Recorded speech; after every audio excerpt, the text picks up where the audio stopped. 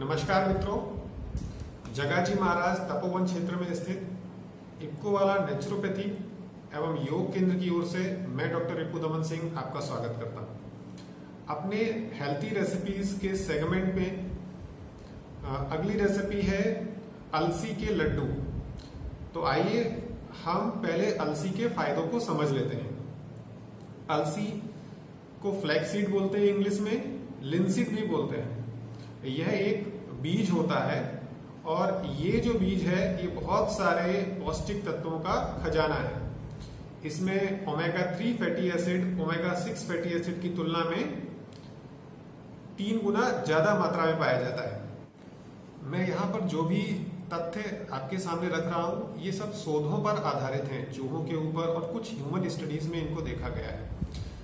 Flaxseed में पाए जाने वाले ओमेगा 3 फैटी एसिड्स में एंटी अल्सर एक्टिविटी होती है। आपके इंटेस्टाइन में, स्टमक में अल्सर है उनको ठीक करते हैं। माइग्रेन के लिए भी काफी यूजफुल है। इवन जो स्किन डिसऑर्डर है जैसे कि सोरियासिस और किडनी के जो डिसऑर्डर्स हैं, यह प्लाक फॉर्मेशन को रोक के हमारे हार्ट और ब्रेन दोनों को प्रोटेक्ट करता है।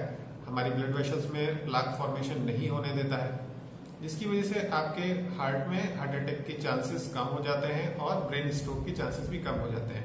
फ्लैक्सीड में पाया जाने वाला प्रोटीन एंजियोटेंसिन 1 को एंजियोटेंसिन 2 में कन्वर्ट नहीं होने देता, जो कि आपकी ब्लड वेसल्स को कंस्ट्रिक्ट करता है। इस कारण से हम ये फ्लैक्सीड हमारे बॉडी में ब्लड प्रेशर को कंट्रोल रखने में या कम रखने में हमारी मदद करता है। और फ्लैक्सीड में पाया जाने वाला प्रोटीन शोधों में देखा गया है कि ट्राइग्लिसराइड का जो लेवल है उसको कम करके रखता है। दोनों ही स्टडीज में, चाहे वो दुबले लोगों के लिए किया गया हो या फैटी रेट्स पर किया गया हो, दोनों में ही देखा गया है कि ट्राइग्लिसराइड के लेवल को ये कम करता है।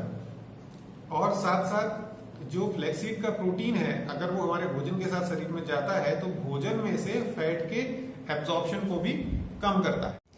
फ्लैक्सीड में बाकी इंपॉर्टेंट मिनरल्स और विटामिन भी पाए जाते हैं, जैसे vitamin E, calcium, magnesium, phosphorus.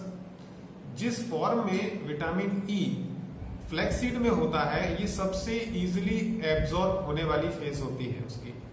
तो विटामिन ई अगर सही मात्रा में हमारे शरीर में रहता है तो ये हमें अल्जीमर्स डिसीज से प्रोटेक्ट करता है, ब्लड प्रेशर को नियंत्रण में रखता है और भविष्य में आने वाली किडनी डिसऑर्डर से भी हमारे शरीर को प्रोटेक्ट करता है।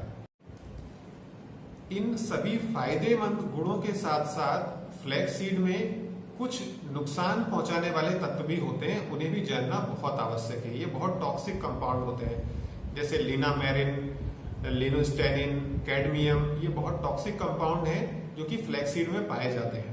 परंतु जब हम फ्लैक्सीड को मैकेनिकली और थर्मल प्रोसेसिंग करते हैं तो ये कंपाउंड अनस्टेबल हो जाते हैं। तो फ्लैक्सीड को जब भी हम उपयोग करें तो उसे अच्छे से रोस्ट कर लें या बॉईल कर लें, पका लें, उसको हीट ट्रीटमेंट उसको दें और उसको ग्राइंड कर लें, क्रश कर लें, तो उसके नुकसान पहुंचाने वाले केमिकल्स डिस्ट्रॉय हो जाते हैं, अनस्टेबल हो जाते हैं।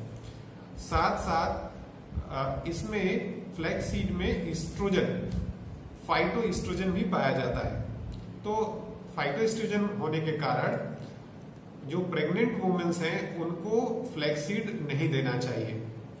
तो इसके जो टॉक्सिक कंपाउंड्स हैं इसको ध्यान में रखते हुए फ्लैक्सीड की मात्रा दिन में 10 से 15 ग्राम ही होनी चाहिए, उससे अधिक नहीं होनी चाहिए, तभी वो आपके स्वास्थ्य के लिए बहुत लाभकारी है।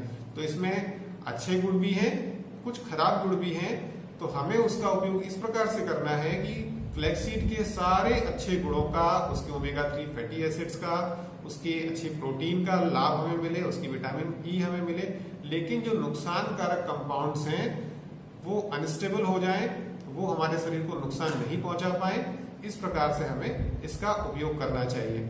इसलिए इस रेसिपी में हम उसके लड्डू बना रहे हैं, जिसमें कि हमने उसको अच्छे से रोस्ट किया हुआ है और उसको क्रश किया हुआ है। और जो लड्डू का साइज है वो इस तरीके से रखा गया है कि उसमें आपको 10 से 15 ग्राम ही अलसी आपके शरीर में जाएगी। तो आइए हम इसके इंग्रेडिएंट्स को पहले समझ लेते हैं। ये क्रस्ट किया हुआ ड्राई कोकोनट है, ये ग्राउंड नट है। इसके छिलकों को निकाल दिया गया है, रोस्ट किया गया है, फिर इसके छिलकों को निकाल दिया गया है। और ये अलसी है, फ्लैक्सीड, और ये जैगरी गुड़ है। इसकी कितनी कितनी मात्रा लेनी है वो आपको डिस्प्ले पर दिखाई पड़ रहा है। ये इलायची है और ये गाय का शुद्ध देसी घी। अब हम क्या करेंगे, अलसी को थोड़े से घी के साथ रोस्ट कर लेंगे, सेक लेंगे अच्छे से, ताकि इसमें पाए जाने वाले नुकसान पहुंचाने वाले कंपाउंड्स अनस्टेबल हो जाएं, और अच्छी तरीके से उसे पकाना है। और ये मूंगफली है जो पहले से ही रोस्ट करके रखी गई थी। जब तक कि अलसी हमारी ठंडी होती है तब तक हम इसको ग्राइंड कर लेते हैं।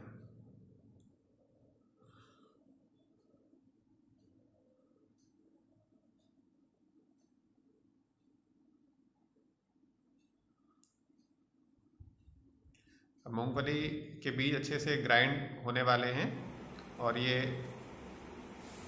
हमने अलसी को लिया अब, और अलसी को हमने ग्राइंडर में जार में डाल के अलसी को ग्राइंड कर लिया।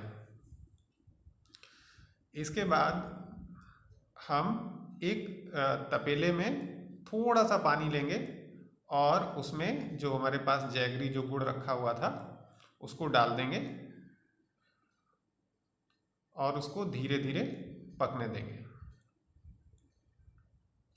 धीरे धीरे पूरा जो गुड़ है वो पानी में घुल जाएगा। गुड़ की चाशनी एक तरीके से हमारे पास तैयार हो जाएगी।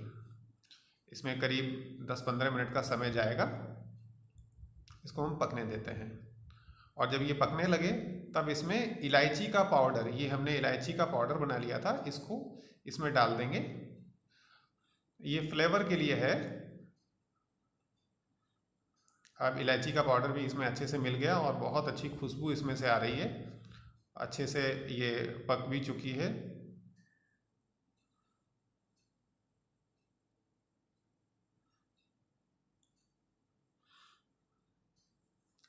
चाशनी पूरी तरह से पक जाए तो फिर बाकी भी सारे इंग्रेडिएंट्स को हम एक अलग बर्तन में मिक्स कर लेते हैं।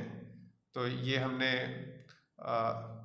अलसी जो ग्राइंड की हुई है वो पहले अपने बर्तन में रखी, और थोड़ी कम लग रही थी तो अलग से मैंने पहले से क्रश करके रखी थी, वो अलसी को भी इसमें मिला रहा हूँ। और ये देखिए, ये मूंगफली का जो हमने क्रश किया था पाउडर वो है, और इसको भी हम इसी में मिला देंगे। तो ये हमने मूंगफली का पाउडर इसमें डाला, और ये नारियल, क्रस्ट नारियल है, ड्राई क्रस्ट कोकोनट है, तो अभी इसको भी हमने इसमें मिलाया। और इस मिक्सचर को अच्छे से मिक्स कर दें, कहीं किसी के डेले जैसे नहीं रहें, पूरी तरह से होमोजीनस मिक्सचर तैयार हो जाए। फिर उसमें जो हमने गुड़ की चाशनी तैयार की थी उसको मिलाते हैं।